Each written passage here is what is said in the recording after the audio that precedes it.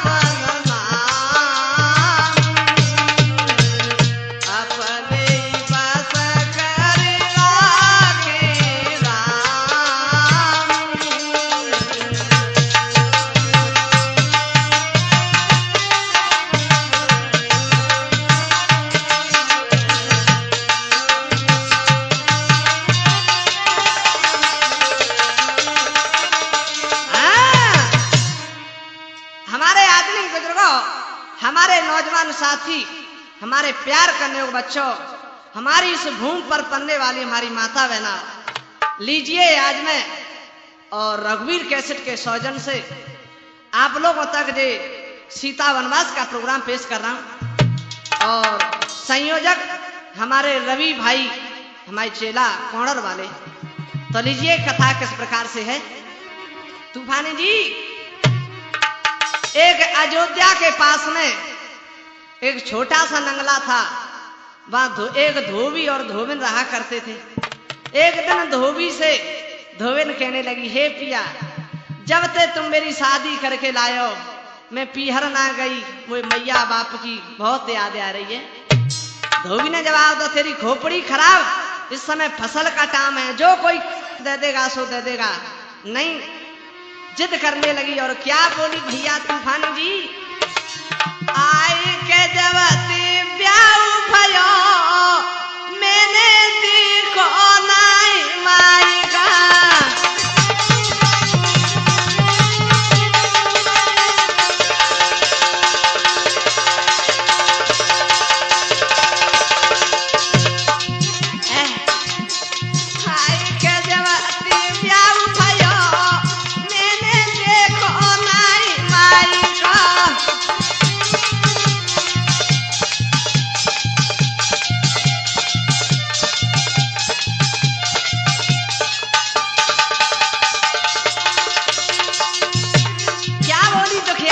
हे पिया आते देव कम पिया रंजान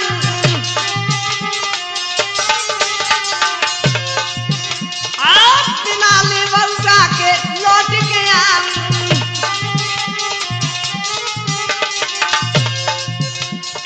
खाए जिया में ओ भटक रहा मैंने देखो नाई माई का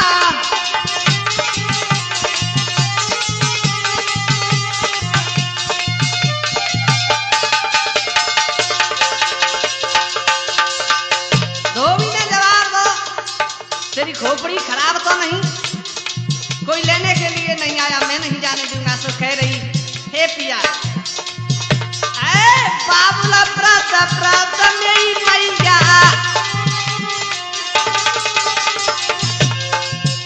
ए बाबुला प्रात प्रात मेरी मैया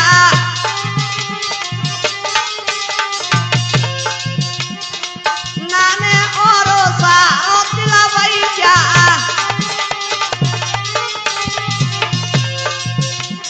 जवाब दो मेरा भैया को हंसो नाने आए नाई बिति भ्रात दया का कह रही आए नाई बिति भ्रात दया मैंने देखो नाई माई का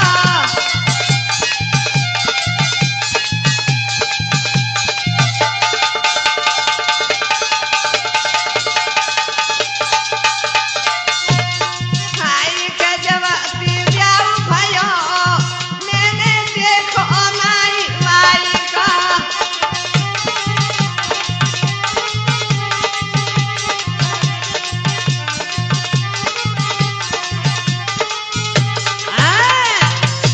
जवाब दो धोबी ने तू चली तो जा लेकिन मैं तुझे लेने के लिए नहीं आऊंगा हाँ ठीक है मैं अपने आप आ जाऊंगा क्या भैया पति की आज्ञा पाई कर वो तुरंत माई के गई 2 दिन बिताई पीहर में सुमात से बोली लली भैया 2 दिन रही 3रा दिन वो से कहने लगी मैया अब तो हम जा रहे अपने विदा ले रही है ससुराल के लिए पीहर से और मैया ने जवाब दो बेटा और रुक 2-4 दिन नहीं मैया उन्हें ये कह दिए बस आ जाइयो तुम जानते हैं कैसो भागो है चलती है विदा लेती है तो तुम जानते हो मैया बिटिया की आत्मा कैसी होती है तूफानी जी कहा बोली के मैया मिल लेरी भोजाए पसारी मैया मिल लेरी भोजाए पसारी ए बन के फदुलनिया चाली दाई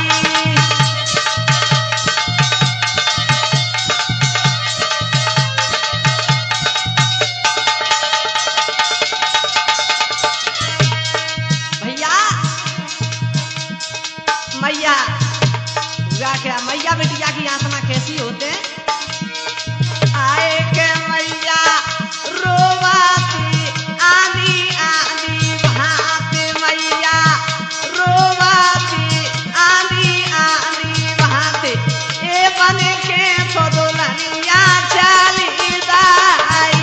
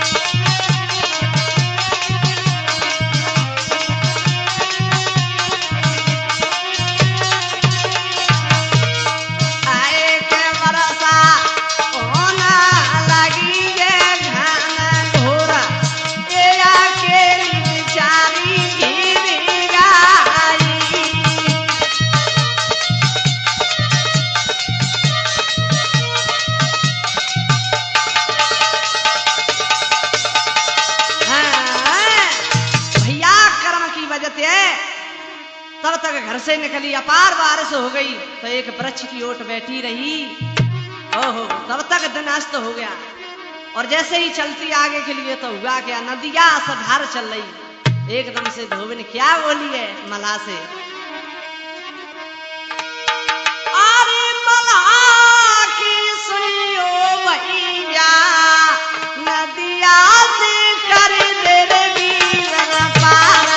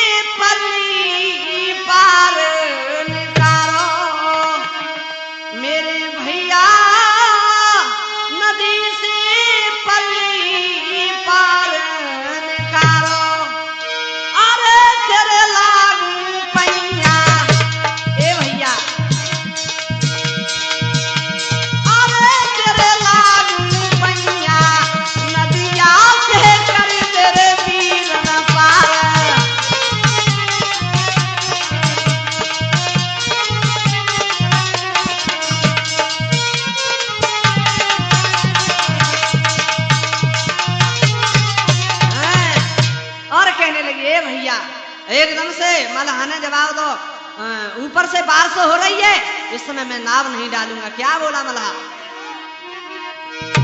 नारी तू डर पे पति बरूसी, पालतू जाने मोई घर ती,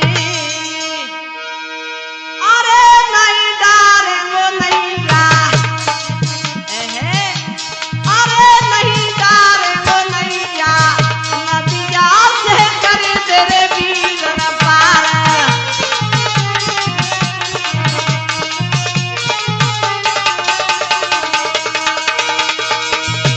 मल्लाह के सुनियो भैया, नदिया से कर दे वीरन पार।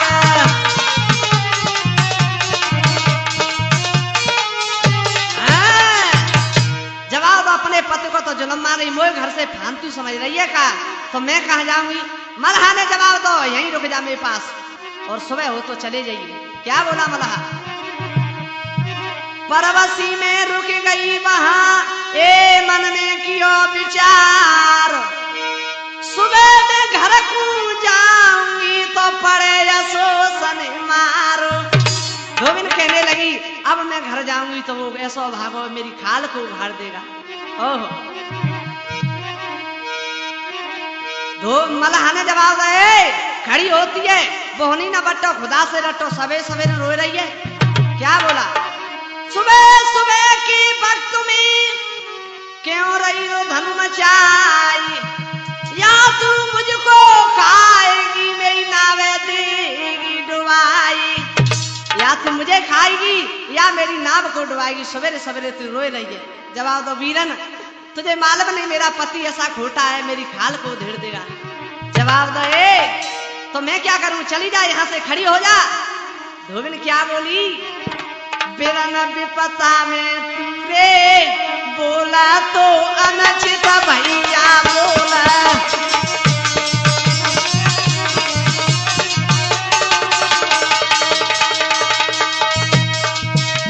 ओ वीरन कुछ तो बोल बोले मोते खा कह रही, अरे बिरन विपता में तीरे, बोला तो अनचित भैया बोला,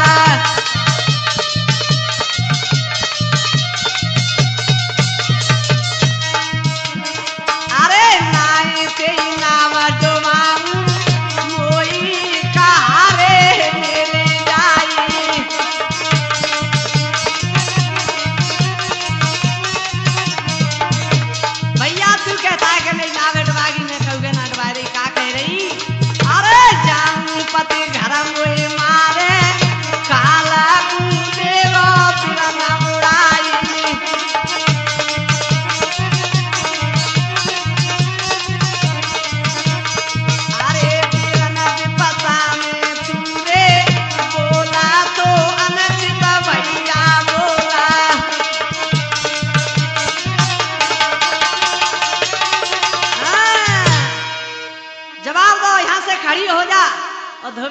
लगी, अरे ऐसे बोल रहा है, जवाब दो क्या?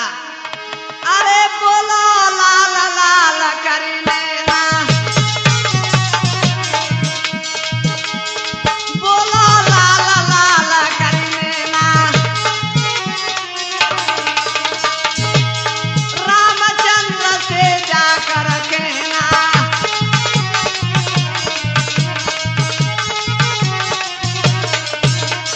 यहाँ से थोड़ी सी दूर पर अयोध्या है, वहां के राजा राम है, उन्हें सुनाना, वो तेरी सारी में पता लेंगे। अब तेरी कोई करे सहाई सहाई का जब वो सहाई देंगे कोई को रतन बसाई।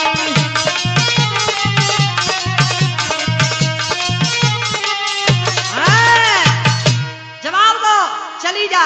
आज धोबेन भगवान राम के दरबार में पहुंची और पछाड़ खा के गिर पड़ी, हाय स्वामी। भगवान राम ने जवाब दो, रोती क्यों हो? तो क्या कह रही? ए के मत पूछो दिल की बात, फिर मैं विपता की मारी, मत पूछो रे दिल की बात।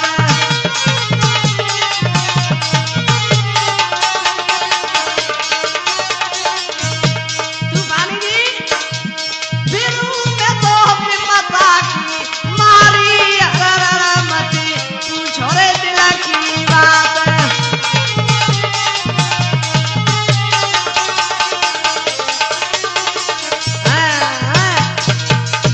भगवान राम कहने लगे, अरे रोती क्यों? जवाब दो स्वामी। जब मैं घर से चली अवेरी और बरसाने गैल में घेरी, मेरे स्वामी और बरसाने गैल में घेरी, मल्हा के नौका नाय डारी, मत पूछो दिल की बात।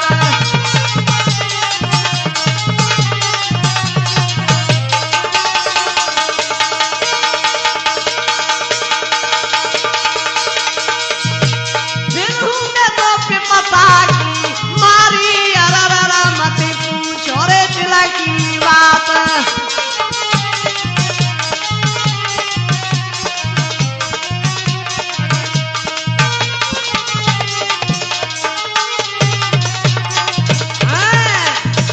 और कहने लगी, सुनो, कोई नहीं है तो मेरे साथ में, और मैं रुक गई वहीं रात में, मेरे स्वामी और मैं रुक गई वहीं रात में, यही मुझे विपता है भारी, मत पूछो रे दिल की बात।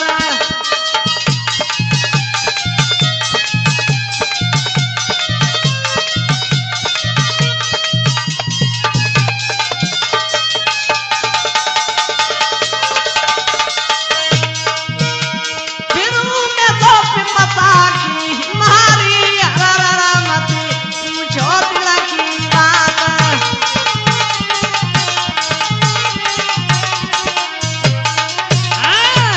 भगवान राम ने जवाब दो, पति पत्नी में आत्मविश्वास नहीं तो बेकार का रिश्ता है। जवाब दो महाराज, वो कहू के रिश्ते न मान तो बड़ा भागो है। भगवान ने जवाब दो, हम अपना एक संतरी भेज देते हैं, वो तुमसे कुछ नहीं कहेगा। महाराज तुम्हारे संतरी के ऊपर मारेगा? नहीं नहीं, वो कुछ नहीं कहेगा। हुआ क्या?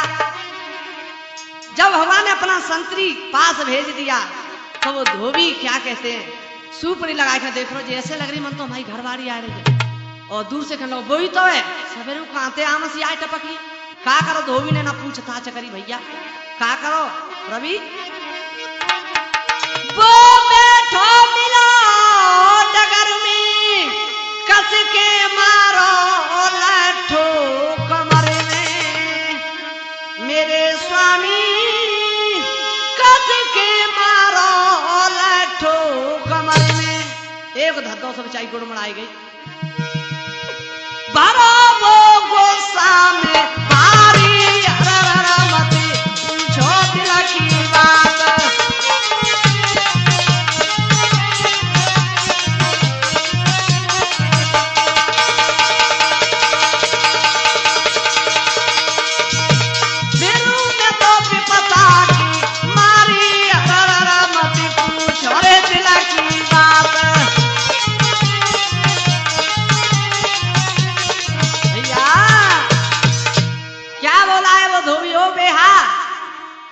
बाप से मिलवे गई या इस खसम से मिलने के लिए गई? जल्दी बता दे हाँ मुझे, कहाँ रही तू रात में? जल्दी बताओ डंकिनी जे कौन खसम थी साथ में? कहती थी मिल आऊंगी, रोबत होई मेरी मात है, गुस्सा में होकर धोबी ने मारी कमर में लात है। एक लात मारी से बेचारी गुड़मुड़ाई। अरे पिया मारते क्यों हो? जवाब दो बेहा, खड़ी है जा यहां से। और क्या बोला है कि रात कहां पे रही, ए रात कहां पे रही, क्यों ना बोले सही ठगनीदारी, तो कुछ जिंदगी जला दूंगो सारी।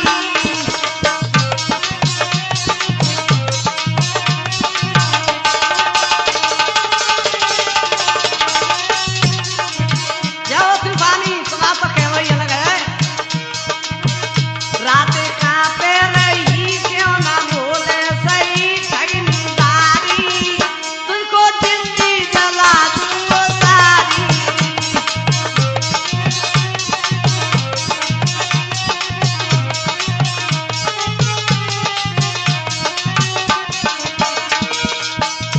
कहने लगी सुनो स्वामी, अरे मारते क्यों हो?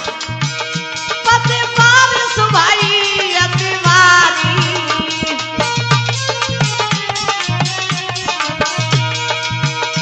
मलाह के ने नमका न डारी,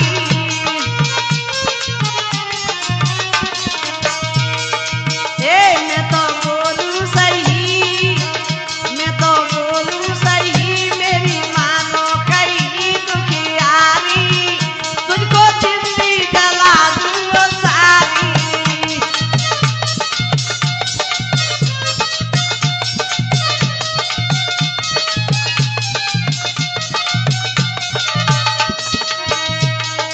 धोबी ने जवाब दो बेहा सुन,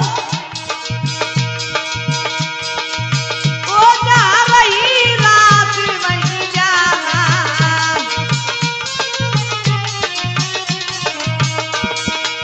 ए वहाँ रही रात वहीं जाना,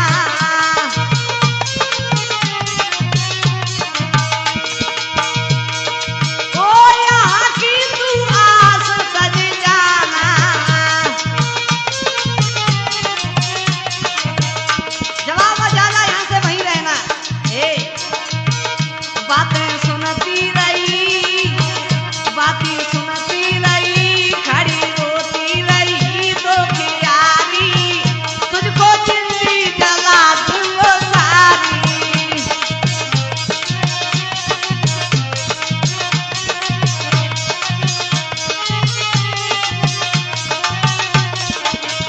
रात कहां पे रही, क्यों ना बोले सही ठगनीदारी, तुझको जिंदगी जला दूंगो सारी।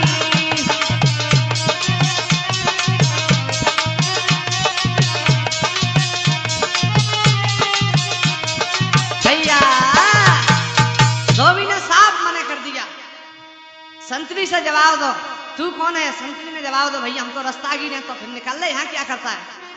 और संतरी सीधा भगवान के दरबार में पहुंचा। भगवान राम बोले, हे भैया मंत्री, उस अबला नारी का क्या हुआ? संतरी तो क्या बोला भगवान राम से, प्रभु सुनो के दो कर जोरे हाथ, संतरी के न लगो बानी,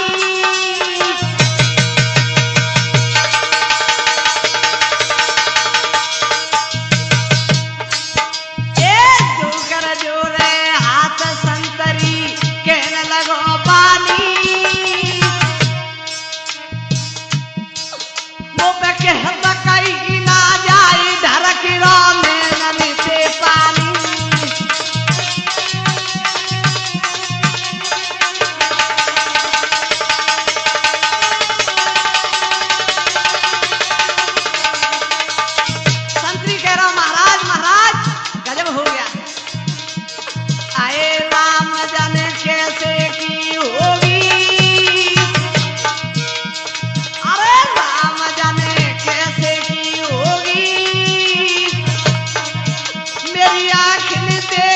बात मारी रो धोबी तू धोबी।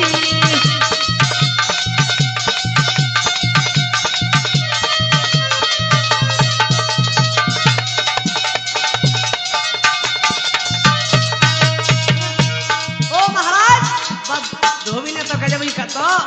कैसा बेटा बहादुर? अरे काट लो का बोलो आए हाथ जाके लागी रहो लच्छा ले लेके तुम्हारो नाम सिया को करे रो ठट्टा।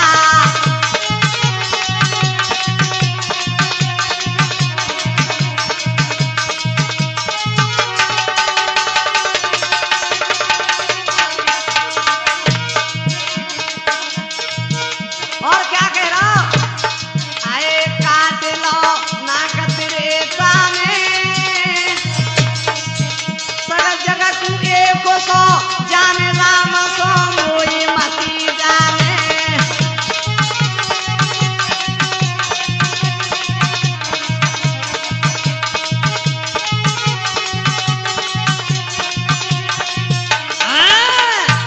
ओ महाराज जवाब दो मैं राम जैसा नहीं। सीता रावण के घर रह आई उसने घर बसा लिया। मैं नहीं रखूंगा तुझे। ओहो हो का भैया ये बचन सुनी रघुबर गई घबराई।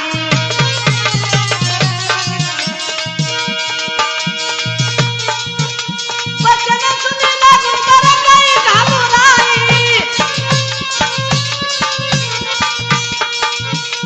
बचन सुनी रघुबर गई घबराई। ये दिन लक्ष्मण पास बुलाई।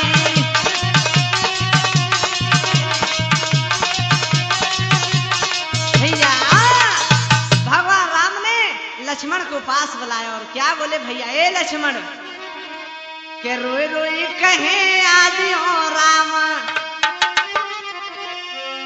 के रोई रोई कहे आदि हो राम प्रभु अब कैसे की होगी।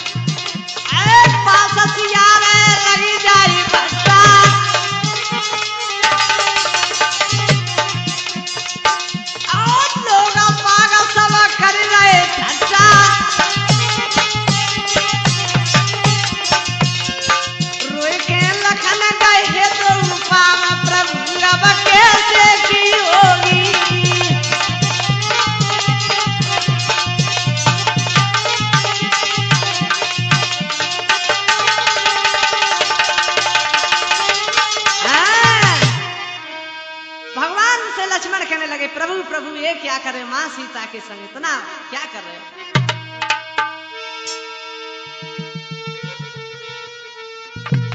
लखन लाल ने कई सुनो बानी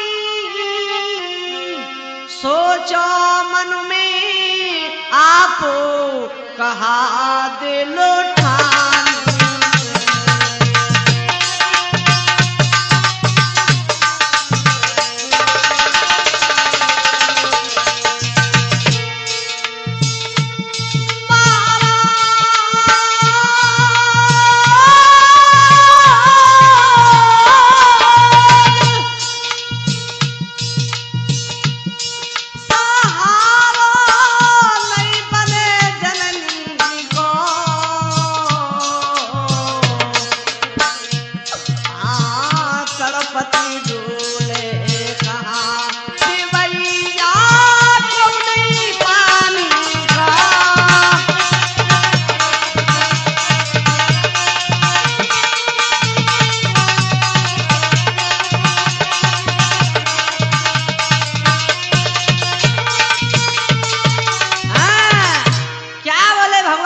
लक्ष्मण सुन के रखनी मर्यादा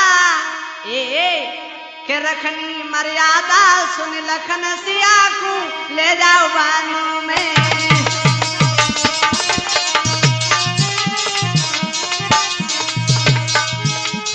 ले जाओ बानों में सिया को ले जाओ बानों में रखनी मर्यादा सुन लखन सिया को ले जाओ बानों में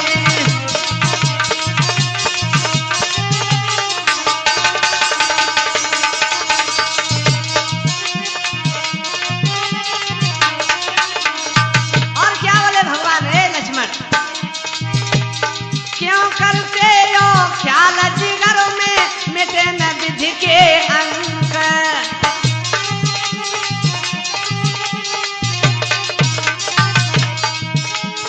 रखे पास जो भात सिया के भारी लगे कलंक इसी में मानो मेरे बिरन सिया को ले जाओ बानों में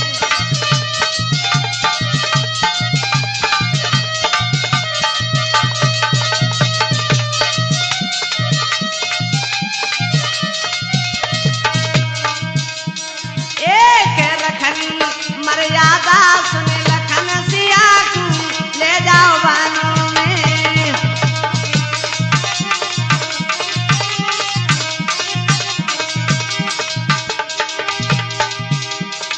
आन मान मरी आता जावे कुल की जावे सानी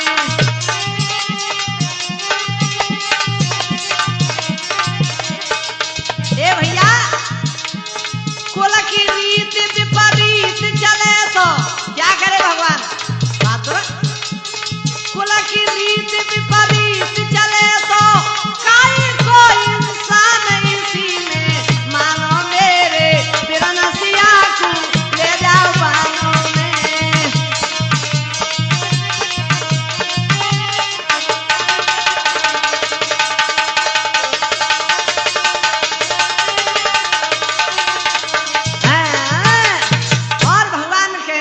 हे लक्ष्मण कुल की रीत विपरीत चले तो काय को इंसान भैया तुम जानते हो हमारे रघुकुल की क्या मर्यादा है क्या बोले भगवान आए रघुकुल रीति सदा चली आई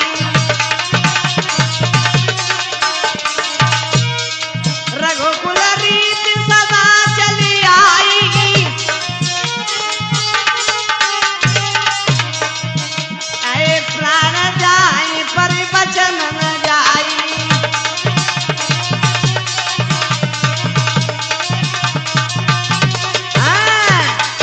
प्रभु मैं किस बहाने से ले जाऊं जवाब दो तुम जब कहा था कि उन ऋषियों के दर्शन कब करेंगे तो इस बहाने से माँ सीता को तुम ले जाओ हुआ क्या भैया मात सिया पास जाई के लखन नवायो मात चेहरा पे मुस्कान है सो दिल में दुख समात भैया सीता मैया से लक्ष्मण कहने लगे हे मैया और मन में बहुत दुखी थे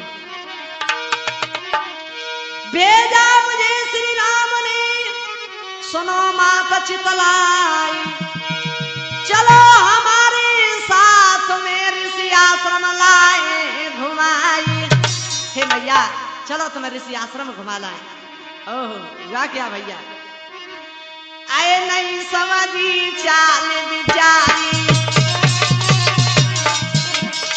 तूफानी जी तुम्हारा उठा कहे वो है पछतावेंगे बाद में आए नहीं समझी मरम विचारी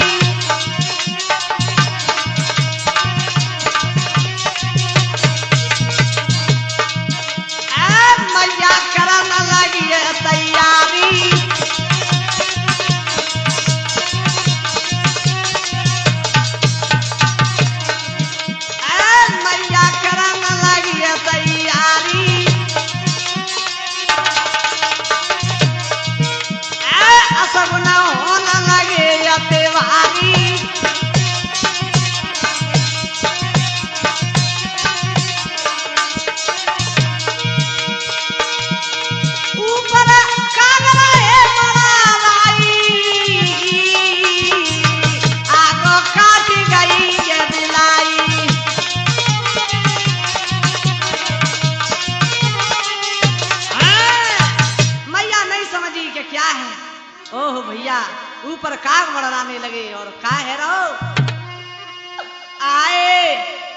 सगुन नजरी परे। जो मैया रथ में बैठी सुनील आए के सगुन नजरी परे देवर दिखेदारी में कारा।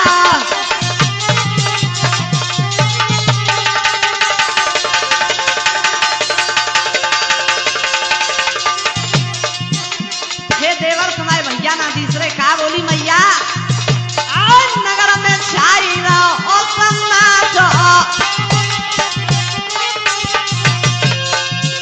आज सही बताऊ लाजली नाटो। आए माता दिल ख्याल करे देवर दिखेदारी में काला।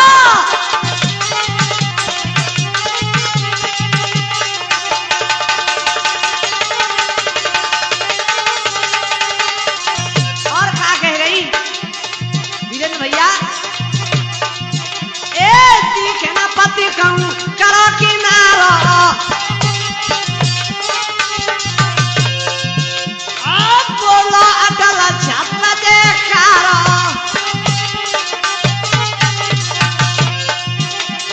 आए समय से ना पेश परे देवर दिखेदारी में कारो। सगुन नजरी परे देवर दिखेदारी में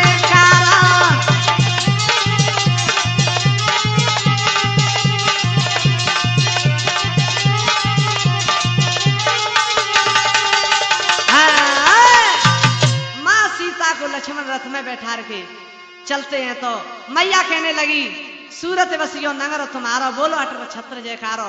तुम तो हम तो जाए रहे और तुम सूरत बसियो।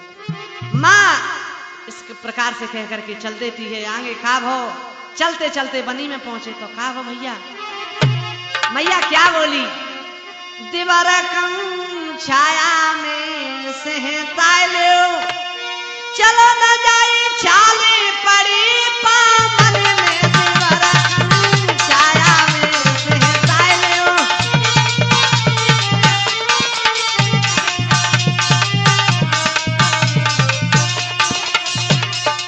और कह रही ए तन से पसीना छूटे अंग भयो सारा बोरा।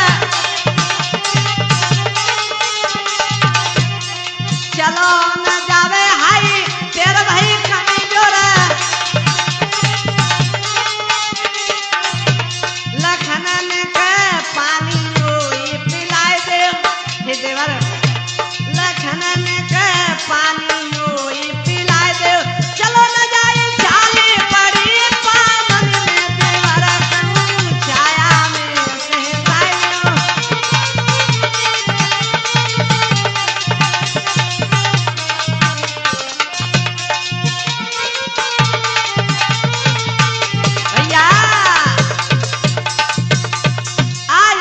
सीता कहने लगी देवर मुझे प्यास लग रही है पानी पिला दो। माँ सीता को एक बरगद के नीचे बैठा ले गए और कहा वो भैया आए लक्ष्मण मन में करता विचार।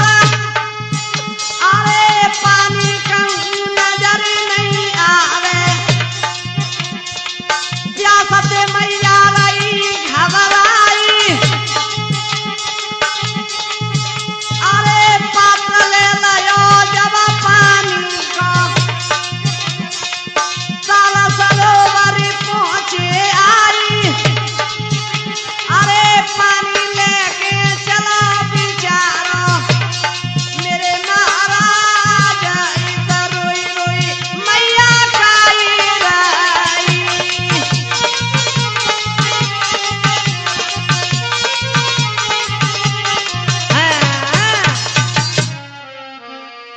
क्या कह रही मैया कि लखन लाल लौटे नहीं कहाँ अटके वीर बलवान। पानी बिन तो ही दिवर सु निकली जात प्राण। एक है कर वो गिरी गई ये जी सीता राजकुमारी। देख दुर्दशा मात की सो लक्ष्मण खातू पछाड़। लक्ष्मण पछाड़ खा के गिर पड़े। ओ भैया ये क्या है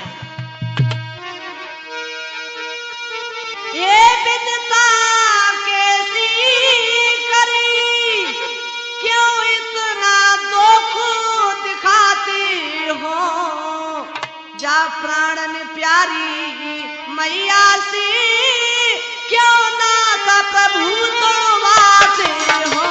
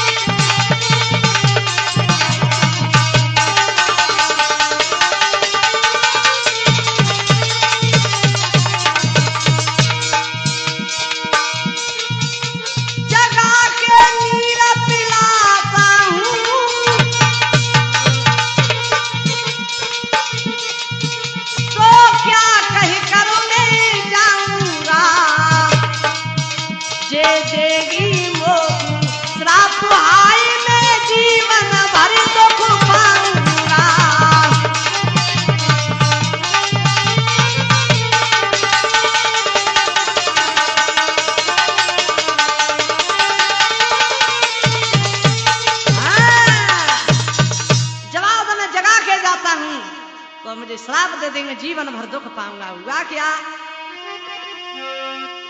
आए दयो टांगी दोना बरगद डाली, बरगद डाली चल देखी कर दई तैयारी।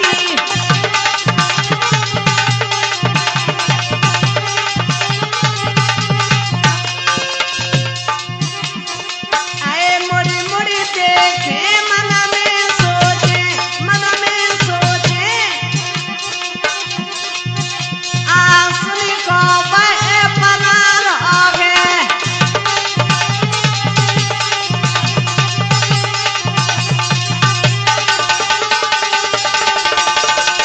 जय हो, जय हो। आए जा विकट बनी में मैया को, आए मैया को दिखे नहीं कोई सहार हो गए।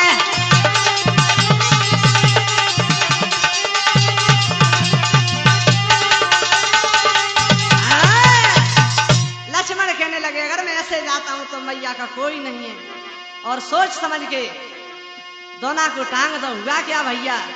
इधर एक बूंद पड़ी तो मां सीता जागी तो क्या बोली? आए के देवर निरमोई,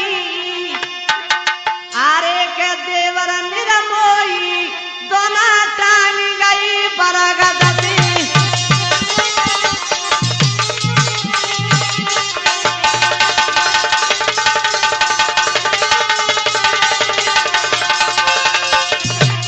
आए के देवर निरमोई दोना टांग गई बरगद दी।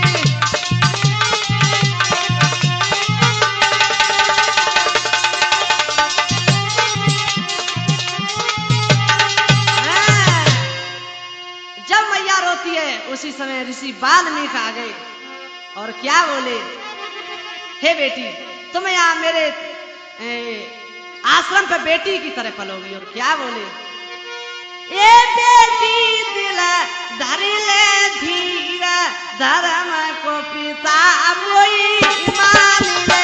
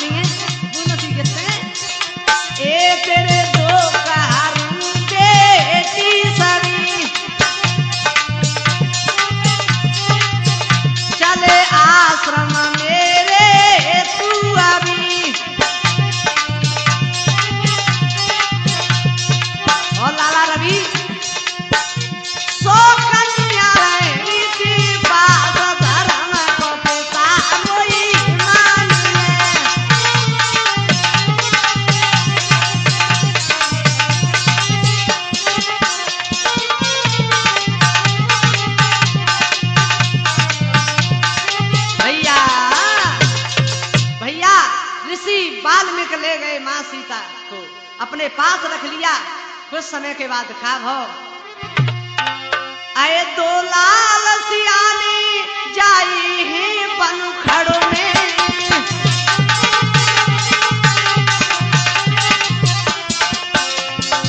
कई हमारे भाई कलाकार कहते हैं, ये मेरे गुरुदेव सिंह की लिखी हुई कथा हम गा रहे हैं, तो ऐसा नहीं, मां सीता ने जुड़वा दो पुत्रों को ही जन्म दिया। कई भाई कहते हैं कि वाल्मीकि ने कुछ से बनाया, अगर कुछ से बनाया होता तो वाल्मीकि धर्म दृष्टि से नहीं देख सकते कि सीता अपने साथ ले गई है, तो ऐसा कुछ नहीं, मां सीता ने दो पुत्रों को ही जुड़वा जन्म दिया है। दो लाल सियानी जाई ही बन खड़ो में।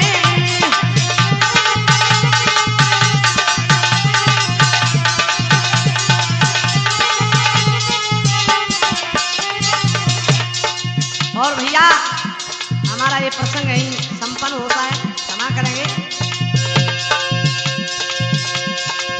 बचन सिंह नाम हमारो भैया रे नाम ते ले पहचानी, किला कवालिया में पड़ता मामला